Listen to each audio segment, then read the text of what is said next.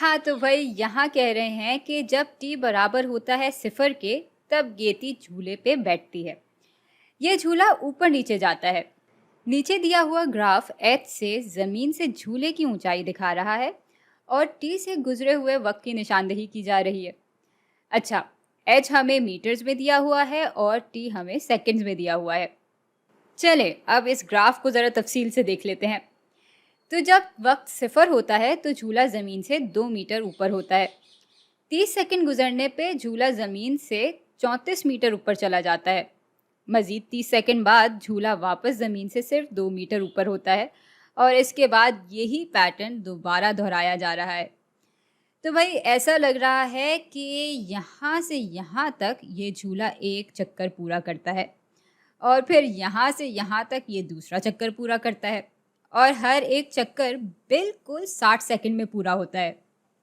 अच्छा, सवाल भी हमारा यही है कि ये झूला कितनी देर में एक चक्कर मुकम्मल करता है, तो इसका जवाब होगा 60 सेकंड। चले अगले सवाल को हल करते हैं।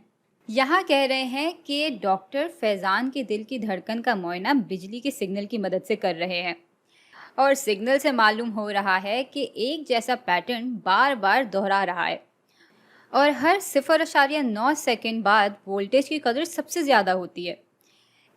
आगे कह रहे हैं कि नीचे दिए गए इम्कानात में से दुरुस्त इम्कान कौन सा होगा।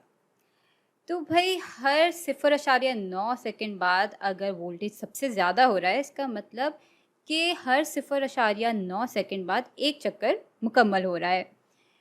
चले अब इम्कानात की तरफ बढ़ते हैं। भाई इस इम्कान में तो एक सिग्नल का चक्कर 1 सेकंड से ज़्यादा है, तो ये इम्कान गलत होगा।